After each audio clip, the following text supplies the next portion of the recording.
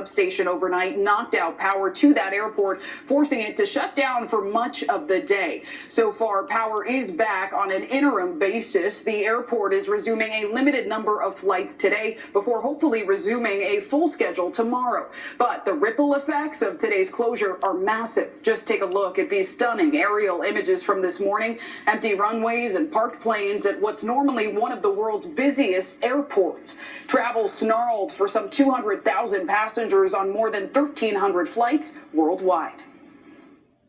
By the point of acceptance, it is what it is. Yeah. It's obviously a Friday, so, I'll still get home tomorrow, hopefully. We've been told there's no flights available. One of our parties was said that we wouldn't get out till the 24th, which is a long time.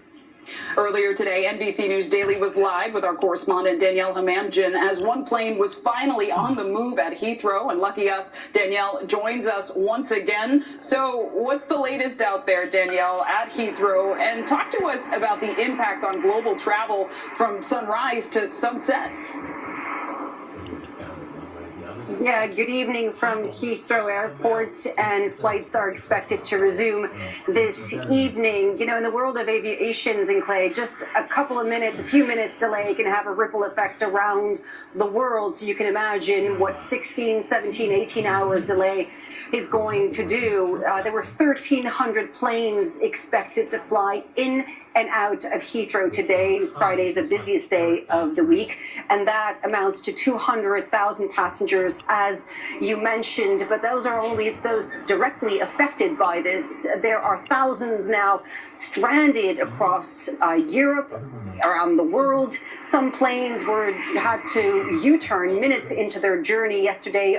Others had to be diverted moments before landing at Heathrow Airport. 84 million people, that's a massive number. 84 million travelers come through Heathrow Airport every year, one of the busiest in the world. This has been compared to a very contained version of 9/11. It's also been compared to the 2010 Icelandic volcano ash cloud that disrupted travel across Western Europe.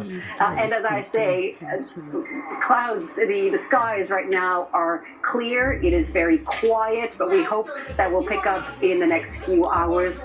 The airport boss has said that they were left with no choice, that this was as bad as it could get, offered the public apologies, and said that the power loss was equivalent to that of a mid-sized city. Sinclair. Wow, Danielle Hamamdjian with the latest from London. Thanks so much. Here in the U.S., a lot of eyes are on the Pentagon right now after Elon Musk paid a visit today. He was there for a briefing that was expected to include talks on China, according to two defense officials. But President Trump and Defense Secretary Pete Hegseth denied China was discussed. This is significant because Musk has business ties to both the Department of Defense and China. And now that's raising questions about conflict of interest. The two defense officials say the briefing was scheduled to be unclassified. This all comes as the president and defense secretary made an announcement earlier on a new fighter jet coming to the U.S. military. Joining us now, NBC News senior White House correspondent Garrett Hake, and also with us, NBC News correspondent Courtney Cubie at the Pentagon. So Garrett, I'll start with you and this new fighter jet. What more are we learning?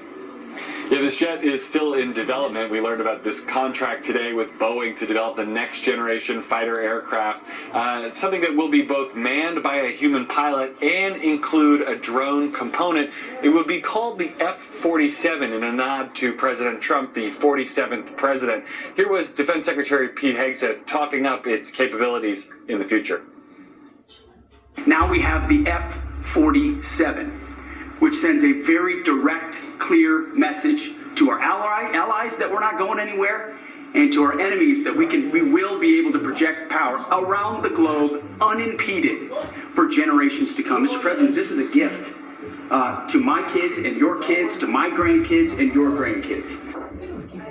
This program has been in development for quite some time. It's sort of a capstone event here at the White House for a president who very much likes to be involved in these kind of rollouts. Sinclair.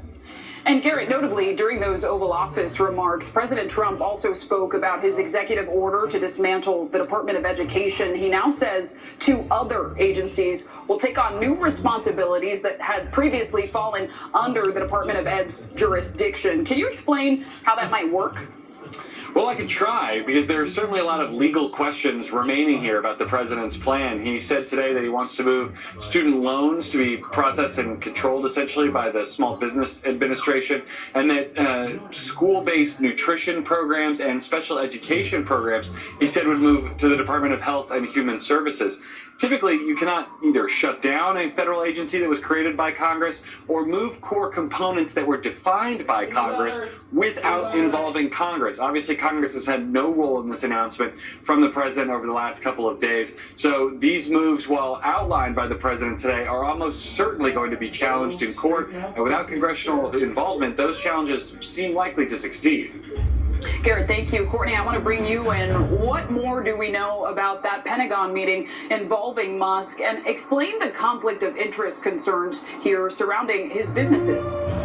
Yeah, so Elon Musk arrived here at the Pentagon just before 9 a.m. He went straight upstairs to Secretary Hegseth's larger office suite, I would call it. It's sort of his office, and then there's a couple of conference rooms, a dining room outside of it. That appears to be where they stayed for the entire hour and a half or so. He departed about 10:20 a.m. Now, we don't have a whole lot of fidelity about what was discussed here, but defense officials said what was expected was that they would discuss a number of different topics, including DOGE, including cuts to the Department of Defense, and that there would be a briefing on China. But the officials said it was expected to be unclassified.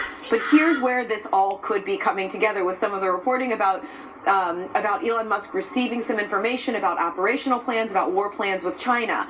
And that is that there could have been questions and discussions that would include some of the involvement or some of the elements of war with China. So that would include things like targeting, the sort of assets that the U.S. would have, the sort of things that China could bring to a conflict. So we kind of have to live a little bit in the gray here about what was expected to be discussed here, Sinclair. And it's important to point out they did not meet in the tank as expected. We believe they stayed upstairs in the Secretary's office the entire time. Navigating a lot of gray these days. Courtney, QB, Garrett Hake, thank you both.